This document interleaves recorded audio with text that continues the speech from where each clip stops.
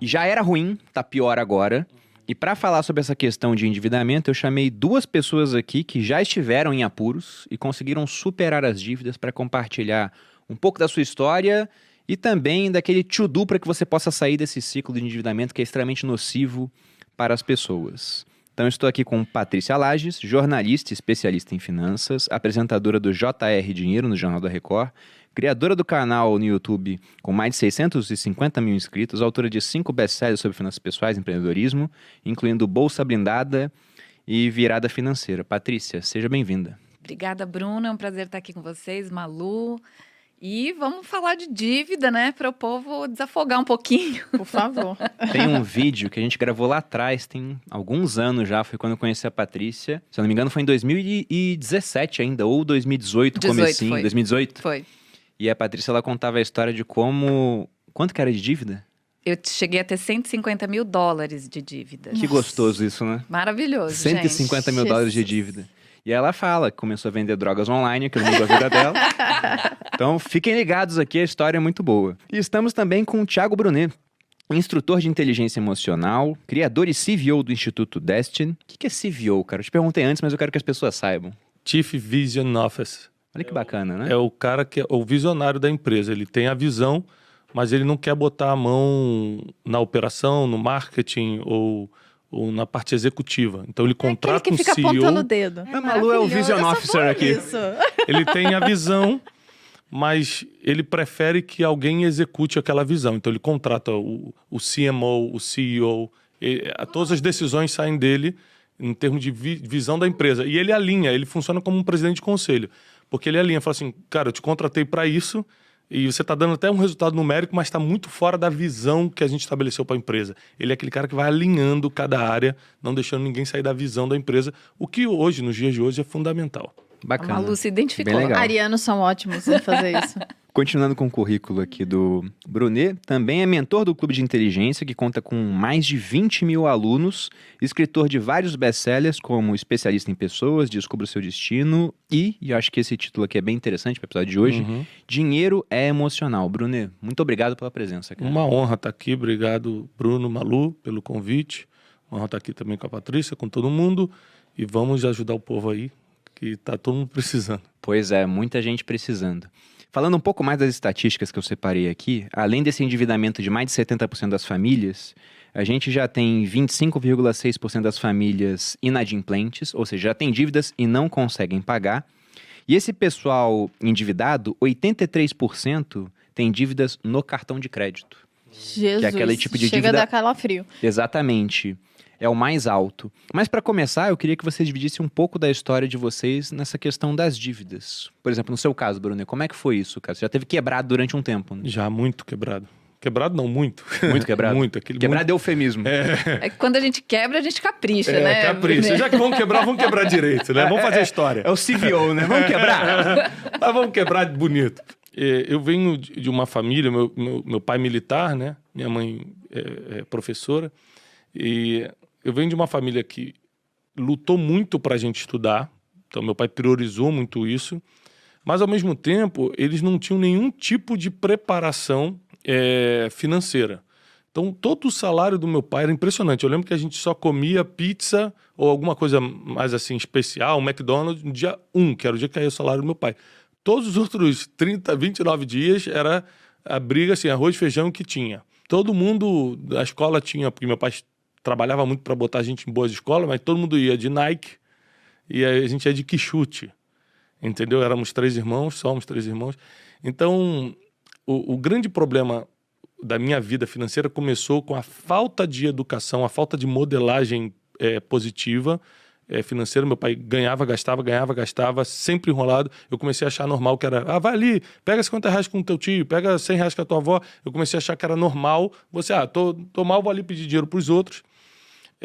Até que as coisas foram piorando quando eu percebi que a vida era... Quando eu comecei a ir para a rua trabalhar, já adolescente para jovenzinho, comecei a perceber que a vida era muito difícil, porque eu ganhava R$450 e tinha que viver com aquilo. Eu era músico nessa época, eu queria fazer uma aula que a aula de violão era 280, eu ganhava 450. Falei, como é que eu vou fazer isso? Qual que era o ano disso, você lembra, mais ou menos?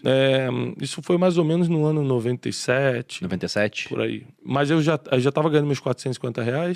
Eu fui trabalhar no estúdio de gravação. Uma coisa boa, Bruno, é que eu nunca tive medo de trabalhar e nem medo das oportunidades. Então, eu queria trabalhar com música, eu procurei o melhor estúdio de gravação da época, eu morava no Rio de Janeiro, e falei assim, eu queria trabalhar para vocês de graça. Eu tinha 15 anos. Eu queria ficar enrolando cabo aí, mas o que eu queria? Ficar Trabalho aprendendo. infantil não remunerado. Não remunerado, né? Ótimo. E eu queria aprender como é que se faz e tal. Então eu fiquei dos 15 aos 17 trabalhando sem remuneração, enrolando cabo no estúdio, mas aprendi a operar a mesa de som, a montar as coisas, a tocar instrumentos. Com 17 anos, eu já estava gravando CDs. Você foi pago em conhecimento desse período. Exatamente. Quanto é que custou isso? Eu já estava gravando CDs e fazendo dinheiro. Então, com 17, 18 anos, eu comecei a ganhar mais. Para 18 para 19, eu comecei a ganhar mais.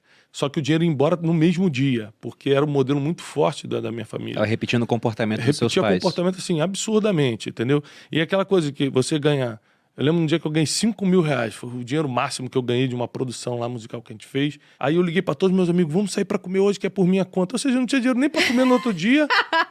Aí tu ganha um dinheiro, tu quer pagar para todo mundo, né? E hoje em dia, andando com muita gente doideira. rica, eu vejo que rico divide a conta, né? O cara te convida...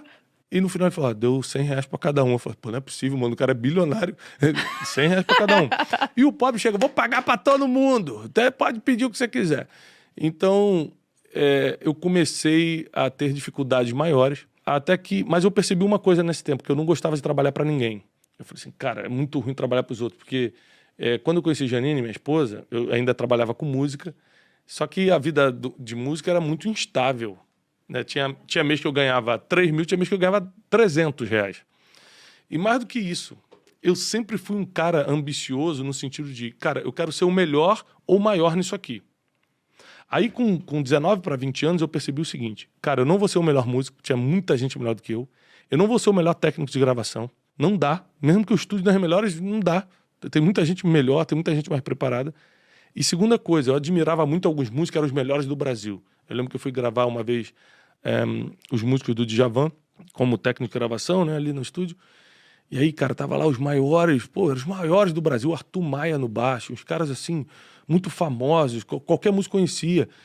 E eu fui vendo os músicos chegando assim, de Fiat Uno toda arrebentada, os caras brigando pra dividir uma pizza. Cara, R$ 20, 5 de cada um, senão não dá.